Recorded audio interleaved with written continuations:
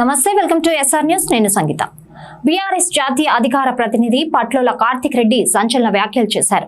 శుక్రవారం మీడియా సమావేశంలో ఆయన మాట్లాడుతూ బీఆర్ఎస్ ఎమ్మెల్యేలను కాంగ్రెస్ పార్టీలోకి చేర్చుకుంటున్నారు, కానీ చివరకు మా పార్టీకి పట్టిన గతే పడుతుందని తీవ్ర ఆగ్రహం వ్యక్తం చేశారు.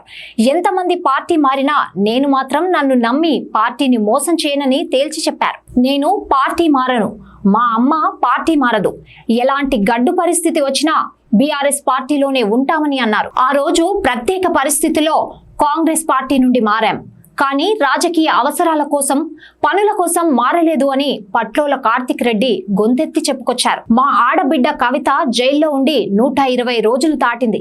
నిజంగా మేము బీజేపీతో కాంప్రమైజ్ చేసుకుని ఉంటే కవితక్క ఇంకా ఎందుకు జైల్లో ఉంటుందని ప్రశ్నించారు. రాబోయే రోజుల్లో చేవెళ్లలో బీఆర్ఎస్ పార్టీని మరింత బలోపేతం చేస్తామని ధీమా వ్యక్తం చేశారు.